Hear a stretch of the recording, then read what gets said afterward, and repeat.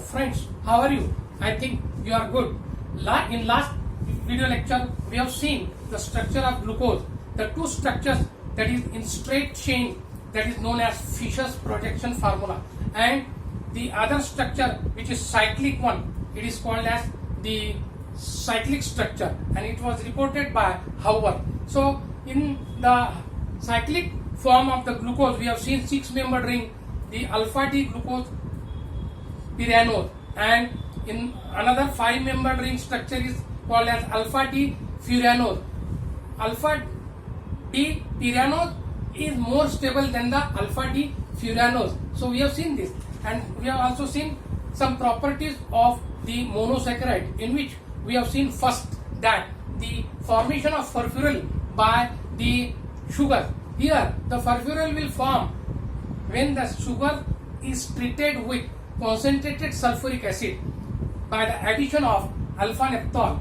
So we have seen how the furfural form and how this furfural is condensed with the alpha naphthol in the reaction, and this property of monosaccharide, which is nothing but the basis of Mollish test and Seliunov's test. Today we'll see the Seliunov's test, which is the basis for the formation of furfural by the sugar, which becomes one of the important property of the sugar. So here the Seliunov's test, it gives positive for the fructose, which is nothing but the ketone sugar, and the Mollish test is positive for the aldose sugar. So you must know this is the difference between the Mollish test and Seliunov's test. In the Seliunov's test, we take the Seliunov's reagent and we add 2 ml of sugar solution, and we just see whether the pink red color is formed or not. So here you must know that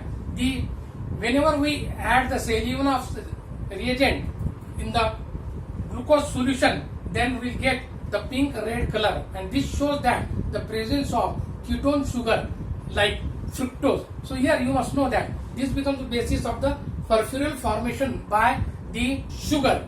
So here these are the two basis tests, that is Mollish test and Seliunov's test. The second party which we have seen, that is the oxidation of sugar. For example, aldose is converted to aldonic acid, glucose is converted to gluconic acid, and glucose is converted to saccharic acid, and glucose is converted to uronic acid. So this we have seen last time, and then we have seen the reduction of monosaccharide, how the reduction takes place. In the reduction reactions, we have seen that the glucose is converted to sorbitol, and mannose is converted to mannitol, and fructose is converted to mannitol and the sorbitol, and D-galactose is converted to dulcitol. So we have seen the reduction reactions also. Today we will see the another property of monosaccharide, that is the action of alkalis.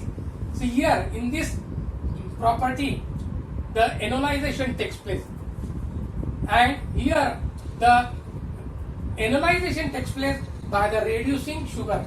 So you must know that what is by reducing sugar and what is by non-reducing sugar. In reducing sugar, the bond which are present, that is called as glycosidic bond, and this glycosidic bond will be present in free form, and in non-reducing sugar the glycosidic bond will not be in free condition, means that the OH group, it is not in free form. So here the enolization takes place on reducing sugar. So here the D-glucose structure is given here, and D-fructose sugar is given here. In the D-glucose, the terminal carbon atom will have O and H, and in D-fructose sugar the OH and H will be present, and at carbon atom number 2 the oxygen will be there. So this is the difference between the D-glucose and D-fructose. So here at carbon atom CHO is present, and at carbon atom number 2 oxygen is present in double bond. So this is for fructose. Now these two compounds will form the anidyl. C is connected with another C with double bond, and OH is here which are connected adjacent to it. So here we can see that D-glucose will react with dilute alkali and there will be the formation of NADOIL. So this structure is nothing but the NADOIL formation here. C double bond C, which are connected with OH and OH. So here this is the NADOIL formation. Fructose and glucose will form the NADOIL formation here, and mannose, the another sugar, it also gives rise to the NADOIL formation. So you must know that this is one of the property. The monosaccharides are good reducing agents here. So you can say that the action of alkali will form 1,2-NADOIL from D-glucose and D-fructose. The another property of the monosaccharide is action of phenylhydrazine, means that the formation of osazone here. Here what happens? The D-glucose here will react with phenylhydrazine. This is D-glucose. It will react with phenylhydrazine and it will give rise to D-glucose phenylhydrazone, the compound known as D-glucose phenylhydrazone. Now you must know that this is H2NNHC6H5 is nothing but it is phenylhydrazine. So you must know that it will give rise to D-glucose phenylhydrazone. So here what will happen? There will be the removal of water molecule from this compound. When this D-glucose is treated with phenylhydrazine, it will give rise to water molecule, or you can say that it will release the water molecule, and there will be the formation of D-glucose phenylhydrazone. This D-glucose phenylhydrazone again reacts with phenylhydrazine H2NNHC6H5 and it will form deoxy sugar and phenylhydrazone. So this compound which is formed and the reaction with this D-glucose phenylhydrazone with phenylhydrazine will gives rise to aniline and NH3. Aniline is nothing but a aromatic compound and it is organic compound which is responsible for the formation of industrial chemicals, and when we smell it will give the rotten fish smell. So this aniline is aromatic and organic compound which is released in this reaction. Then the another compound which is formed, it is called as ammonia. What is ammonia? Ammonia is nothing but it is a volatile substance in our body. You must know that. The ammonia is formed in urea cycle, that we will see in the protein metabolism in detail. Now here by the reaction of the D-glucose phenylhydrazone and phenylhydrazine, the deoxy sugar phenylhydrazone is formed. Now this compound will again react with H2NNHC6H5 which is nothing but phenylhydrazine, and it will form osazone, and there will be release of water molecule by the reaction of deoxy sugar phenylhydrazone and phenylhydrazine. Now what is osazone? Osazone for glucose, it is said to be glucosazone, and osazone for lactose, it is said to be lactosazone, and osazone for maltose, it is said to be maltosazone. Now we can see the osazone structures of this monosaccharide, and lactosazone and maltosazone is nothing but they are the disaccharide. So osazone structure can be formed by monosaccharide also and for the disaccharide which are reducing sugar. I told you that what are reducing sugar? Reducing sugar which are nothing but they are reduced easily due to the presence of the weak glycosidic bond. So in monosaccharide we will see what is by isomerism. Isomerism is nothing but the compounds having same molecular formula but they are differ in the structures. These are known as isomers. The phenomena in which the existence of these isomers takes place is called as isomerism. Here at carbon atom number 5, we can see that the orientation of H and OH group is there. Towards the right side, the OH will be present in D-glucose. Towards the left side, the OH will be present in L-glucose. So you must know that the orientation of H and OH will be there at carbon atom number 5. If it is in right, it is said to be D-glucose. If it is in left, it is said to be L-glucose. So this is nothing but the isomerism. Isomerism, they are of different types. First one is ketose and aldose isomerism. What is this? So here the ketone and aldose. Aldose is nothing glucose and ketose is nothing but fructose. So they are having same molecular formula C6H12O6. C6H12O6. This is belong to glucose and fructose will have also C6H12O6.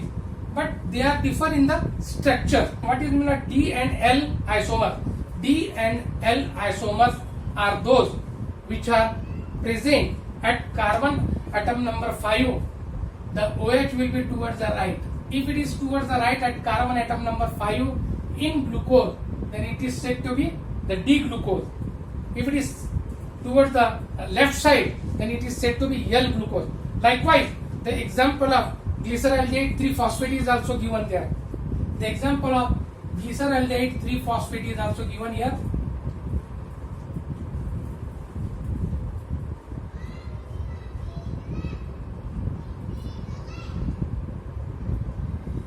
This is the OH which is present towards the right side, and here the OH will be present towards the left side.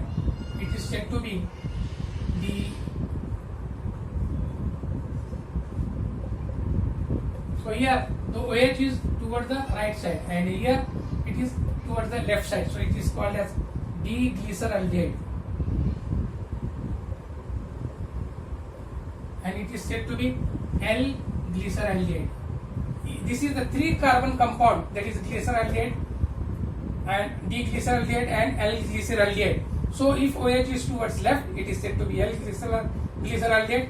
If it is towards right, it is said to be D-glyceraldehyde. Then we will see optic isomerism. What is meant by optic isomerism? Due to the optical property which is shown by the asymmetric carbon atom.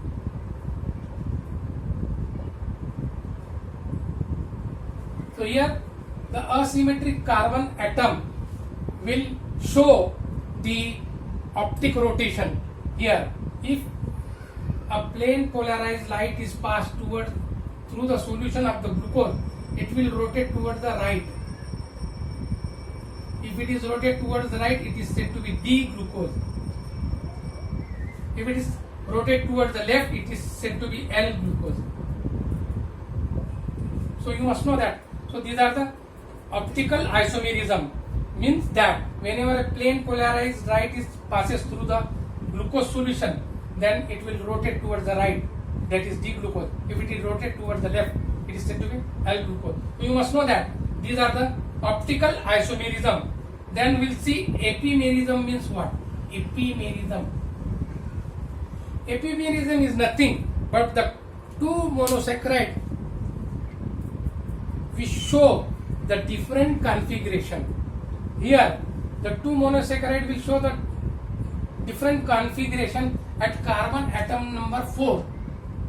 So here, at carbon atom number 4, the orientation of H and OH will be towards the left side in D-galactose, towards the right side in D-glucose. So the orientation of H and OH will show the epimerization. So here you must know that the epimerization takes place on a single carbon atom, that is said to be asymmetric carbon atom. But here in case of D-galactose and D-mannose, the two carbon asymmetric carbon atom shows their structure. Therefore the D-galactose and D-mannose, they are not epimers of each other, but D-galactose and D-glucose are the epimers of each other due to the presence of OH group towards right side in glucose and towards the left side in galactose at carbon atom number 4. So this is the epimerization which we have seen. Now you see anomerism means what? Anomerism is nothing but at terminal carbon atom in plane or straight alpha D glucose, which is called as the Fischer projection formula. This will undergo changes whenever they are present in the solution. So you must know that the cyclic form will take place there at anomeric carbon atom. This anomeric carbon atom is the additional one which is generated here, and it is so this carbon atom number 1 is said to be anomeric carbon atom. Therefore, whenever the OH group will be present towards the right side, it is said to be alpha D glucose, and whenever it will be present towards the left side, it is said to be beta D glucose. So these are the two different forms of glucose, that is alpha and beta. Alpha D glucose, or we can say the D glucose, whenever it is dissolved in the water, it will cyclize, or the cyclization will take place, and after this cyclization, the formation of the additional asymmetric carbon atom will be there, and due to this additional asymmetric carbon atom, OH group will be present towards the right side here in alpha D glucose, and in the beta D glucose, OH will be present towards the left side. So this is all about the anomerism. So now we have seen what is meant by the isomerism, and then epimerism, and then anomerism of the monosaccharide. In the next lecture, we'll see the monosaccharide acids. We'll see here.